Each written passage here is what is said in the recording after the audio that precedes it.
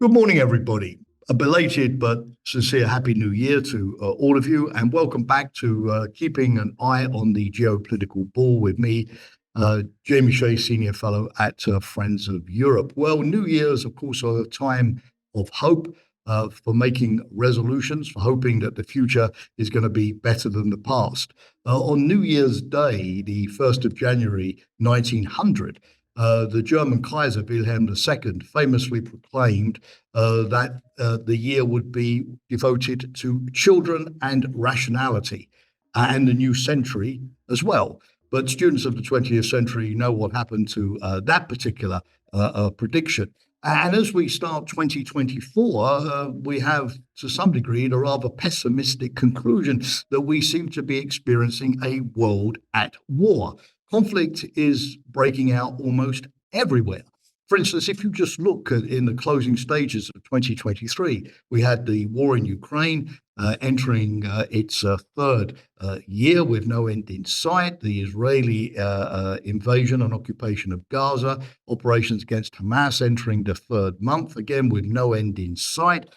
We have fighting going on in Lebanon, in Syria, in Iraq, US strikes against targets in Iraq. Today, we've even got the Iranians attacking Pakistan, or at least separatist groups in Pakistan with missile strikes. Turkey has also been intervening in northern Syria and Iraq. We, of course, have got the US-UK strikes against the Houthis in Yemen. In Africa, conflicts have been continuing in Sudan, displacing 8 million people, in the Sahel as well, and of course, the endless conflicts in the Democratic Republic of Congo and in northern Nigeria. In Myanmar, the separatist groups in the north have had some success in pushing back against the national army and capturing whole towns. We've got the Gorno-Karabakh, an enclave of Azerbaijan, which was reoccupied by Azeri forces towards the end of last year. We've got Venezuela threatening its neighbor, Guyana, over a territorial dispute, and now tensions between Ethiopia and Somalia on Ethiopia's desire for access to the sea. Leon Trotsky famously said that you may not like war, but war likes you. And it certainly seems to have taken a big liking to us as we go forward. Now, Machiavelli said that it's easier to start wars than to end them. And to some degree, I think this reality dawning on Western policymakers as we enter 2024 has produced a new climate of pessimism, even alarmism. For example, just this week, Kaja Kallas, the Prime Minister of Estonia, citing a report by the Estonian intelligence agency, said that we needed to prepare for a war against Russia in the next 3 to 5 years, as Russia would mount its threat against NATO's eastern flank. At the annual Swedish Defence Conference in Salon, the Swedish Defence Minister and the Chief of the Swedish Defence Forces caused alarm by calling on Sweden to prepare itself for war and to improve not just its military forces, but its societal resilience. The German newspaper Bild just this week has published a confidential document from the Bundeswehr outlining a roadmap for how Germany could be involved in a war against Russia, again, in the next 3 to 5 years. And in a speech in London this week, the UK Defence Secretary, Grant Shapps, said that the UK also needed to be ready, if necessary, for conflict against Russia, China, Iran and North Korea, and called on the NATO allies to meet their commitment to spend 2% of their GDP on defense. So as they enter 2024, European diplomats need to think very clearly about what is our strategy for, number one, preventing future conflicts, number two, managing better existing conflicts, and number three, if war is something that cannot be avoided, making sure that our armed forces are modernized and ready to wage it successfully, making sure that our societies are also resilient against the impacts that conflict could have. Now, to my mind, this means at least immediately doing three things. Number one, we need a much clearer strategy going ahead vis-a-vis Ukraine, which, as I've said, is going to enter its third year of of warfare. The debate at the end of 2023 was largely about financial aid packages in the US Congress and in the EU. These are necessary, of course, to allow Ukraine to resist, and we need now much more consistent funding arrangements, multi-year for Ukraine, avoiding these recurrent crises as we move from one package to another. But it's much more important, in my view, for European diplomats to focus on military strategy in Ukraine, because if Ukraine cannot succeed in pushing the Russians back, we're unlikely to get to a peace conference or a successful peace outcome. And therefore, what these diplomats should be focusing on is how can we help Ukraine to improve its military strategy, not just to sort of launch successful individual strikes against a Russian ship in Crimea or shooting down some Russian spy planes over the Sea of Azov or blowing up some railway tunnels in Siberia. These are good for Ukrainian morale, but they are not pushing the Russians back.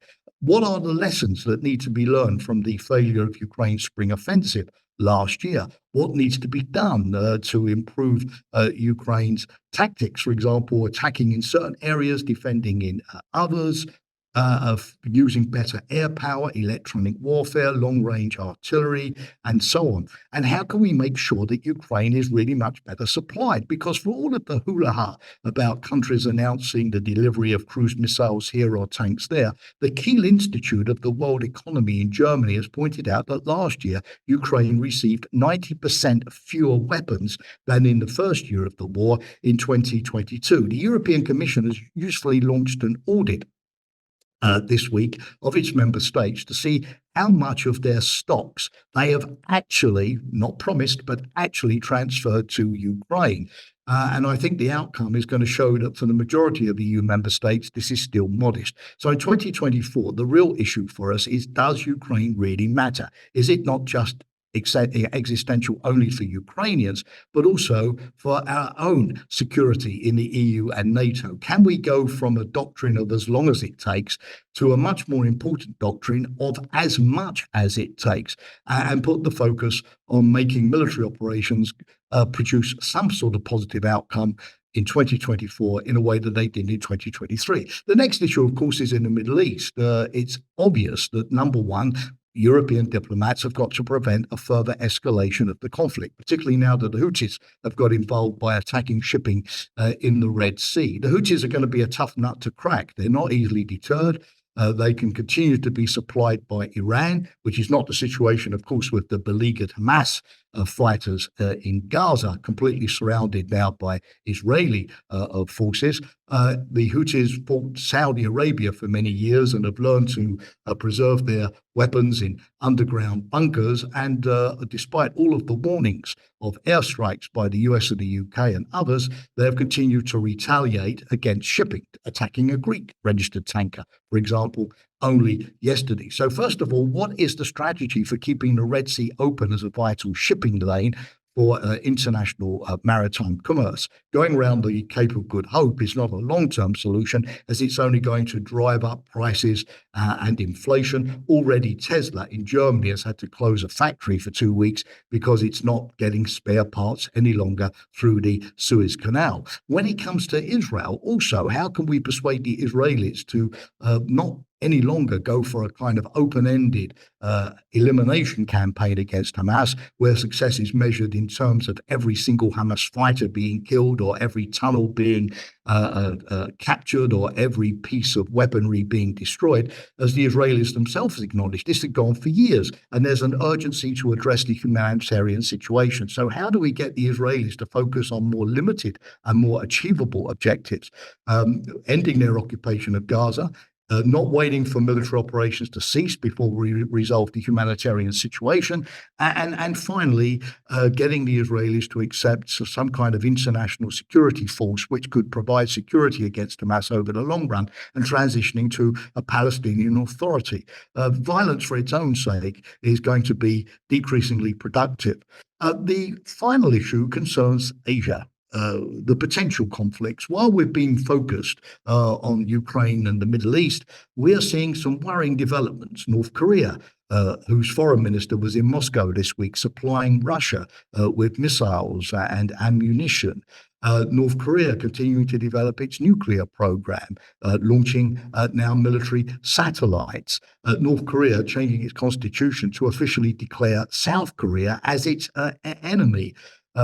Also, of course, the Chinese bullying of Taiwan and interference in the recent elections, where the party, the Democratic Progressive Party, which is most in favor of asserting Taiwan's, if you like, sort of, if not formal independence, at least distance from China, that party, that candidate won the presidency. The United States is in a different position vis-a-vis Taiwan than Ukraine. When it comes to Ukraine, the US recognizes Ukraine as a state, but does not commit to defend it. When it comes to Taiwan, it's the opposite. It doesn't recognize Taiwan as an independent state, but there is a commitment to defend it. So how can diplomats manage to avoid while we have Ukraine and the Middle East, getting involved in a conflict in Asia? What's to be done? Well, clearly not to recognize North Korea as a nuclear state, step up sanctions, continue the US military dialogue with China, which thankfully was re-established